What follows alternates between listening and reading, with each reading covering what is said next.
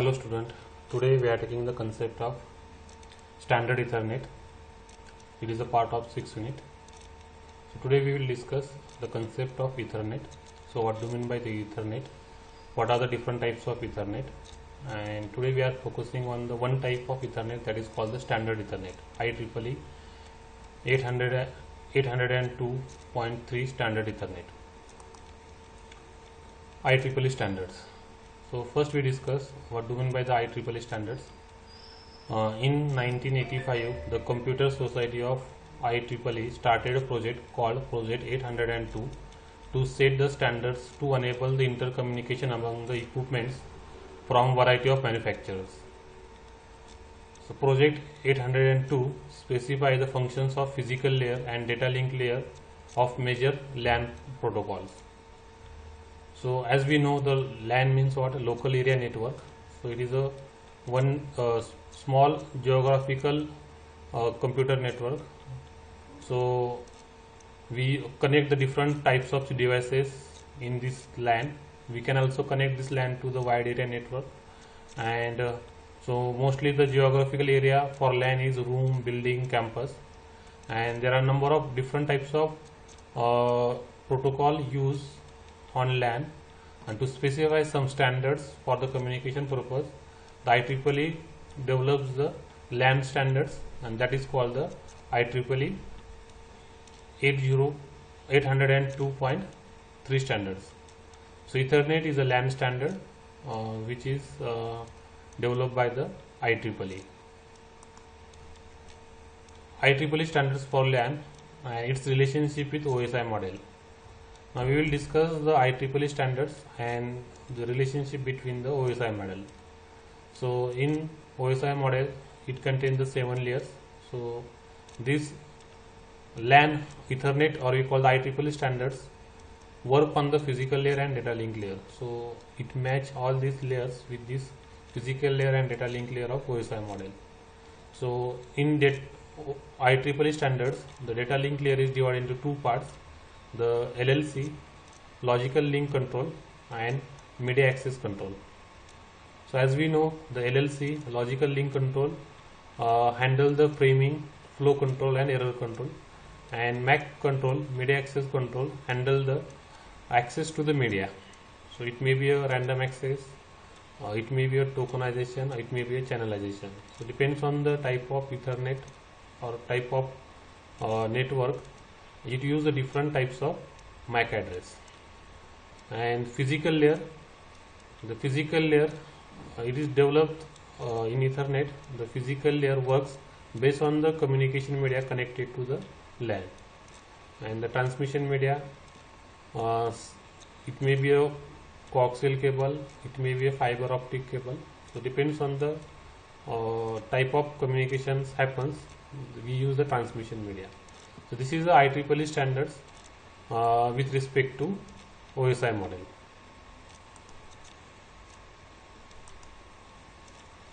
Now today we will discuss the standard Ethernet. The original Ethernet was created in 1976 at Xerox Palo Alto Research Center. Since then it has gone through 4 generations: standard, fast, gigabit Ethernet, and 10 gigabit Ethernet. So today we will discuss the standard Ethernet. So these are the 4 evolutions of Ethernet: standard Ethernet, fast Ethernet, gigabit Ethernet, and 10 gigabit Ethernet. So this evolution depends on the speed, the topology used.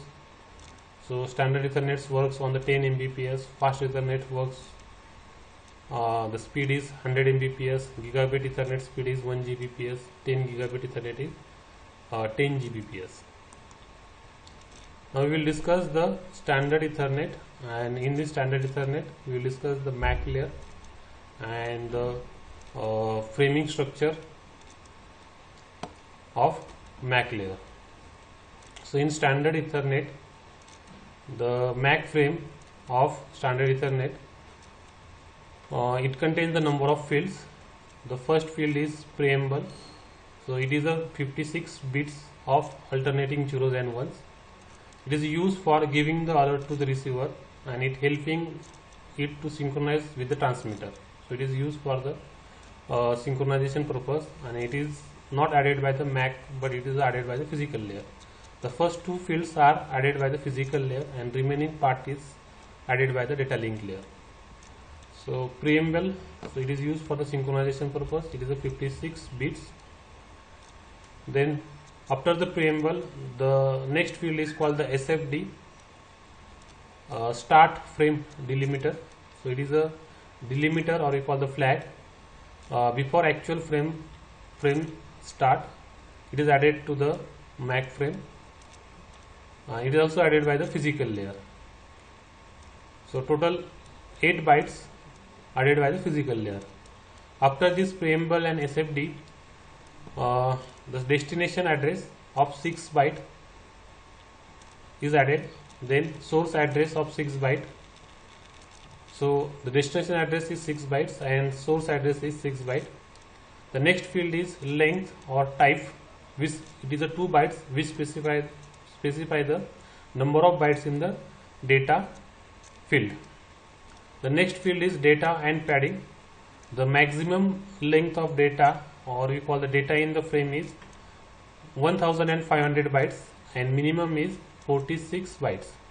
If data is less than 46, then it add extra bytes to the data. So that is called the padding. The last field is CRC. It is used for the error detection. In standard Ethernet, it uses the CRC32 for the error detection. Now, what is the minimum and maximum length of frame? So total maximum and minimum length of frame is, the minimum length of frame is 64 bytes, or we call 512 bits. It is required for CRED operation of CSMA CD. The minimum data size is 64 minus 18, that is 46. So total minimum size of frame is 64 bytes, and out of that 18 is used for the address, and the remaining is called the 46 byte is called the used for the data. And the maximum length of frame is 1580 bytes. So maximum data size is 1518 minus 18, so that is called 1500. So this is the minimum payload, or we call the data 46 bytes, and maximum payload is 1500 bytes. And this is the minimum length 64 bytes and maximum length of frame 1518 bytes. Now when we use the Ethernet, at that time each station that is connected on the LAN have a special address that is called the Ethernet address. So that is also called the MAC address, and it is provided by the NIC, network interface card. So it is a total 6 bytes. So it is represented by total 6 byte with colon, or it also represented by hexadecimal numbers of 12 digits, and total bits in the Ethernet address is 48 bits. So these are the Ethernet address which is used for unique identification of station on the LAN. Now in Ethernet address, it contains the destination address. If destination address may be for a single station, it may be a group of stations, or it may be for all station on the LAN. So depends on the information present in the last bit in first byte. So it may be unicast, multicast, or broadcast. If address is unicast means what?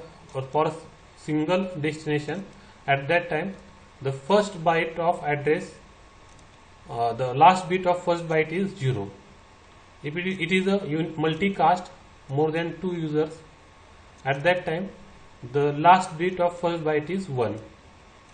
If it is for all users, or we call all the stations on the LAN, that is called the broadcast, at that time it contains all the ones in that byte. So broadcast is a special case of multicast in which the frame is transmitted to the all the stations. So depends on the value whether it is 0, 1. So it is either unicast, multicast or broadcast. Example. So these are the 3 examples of Ethernet address. You have to determine the whether it is a unicast, or whether it is a multicast or broadcast.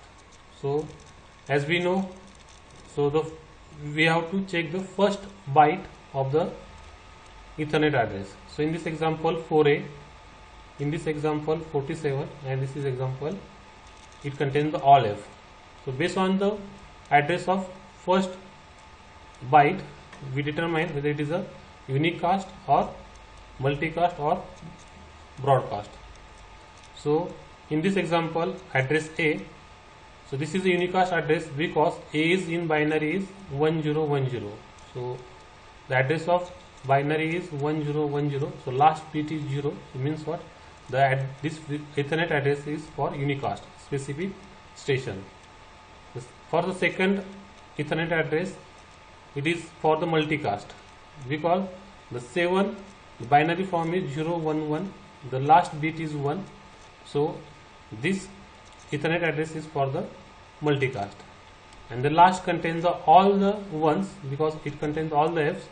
So it is for the broadcast. Means what? This the frame will send to all the station that is connected to the LAN. These are the category of standard Ethernet. Standard Ethernet.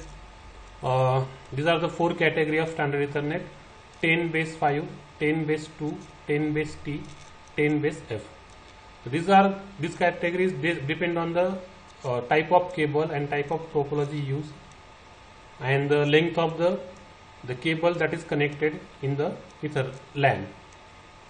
So these are the 4 category of standard Ethernet: 10 base 5, 10 base 2, 10 base T, and 10 base F. So we will take one by one.